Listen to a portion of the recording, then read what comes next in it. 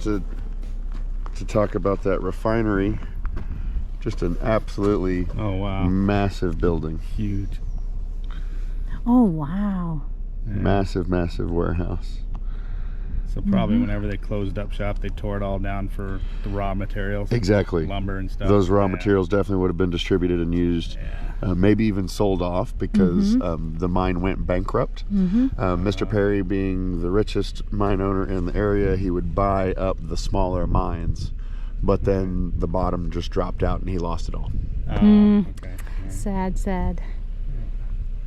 This, Are these still the original walls? these or are. They are? Yeah, so these, again, probably built about 1900. Yeah. Wow. And we've got a couple different building styles going on here.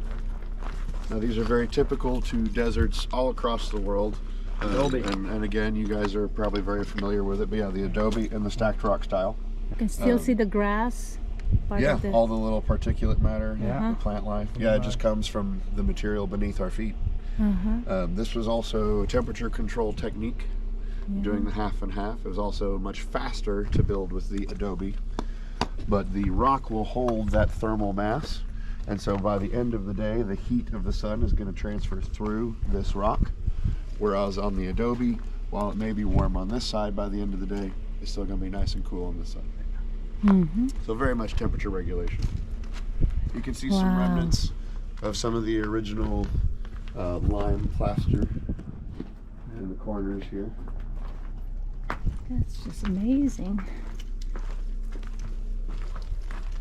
You can still see the grass fibers on the I'm side. always amazed at doorways in old Look at buildings. that. It's like You can still see the we've grown in grass. height with all the good food we get nowadays.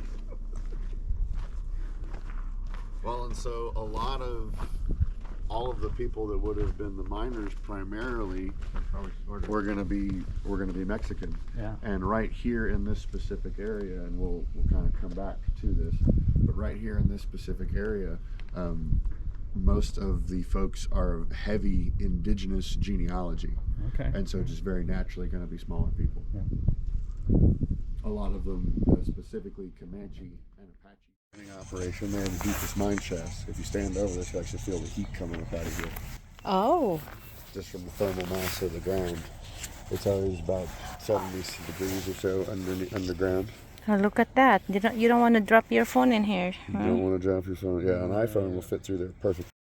So originally they would have used dynamite, and this would have been hand dug to kind of create these shafts. The trading post here, the trading company, was the company store. They even had a little ice cream parlor in there. The Starlight Theater is our most famous restaurant. This restaurant over here to the right. It did not have a roof until the early 90s. That's why it's called the Starlight. Over here we have St. Agnes Church. That was the church in the schoolhouse during the mining operation. Still an active church today.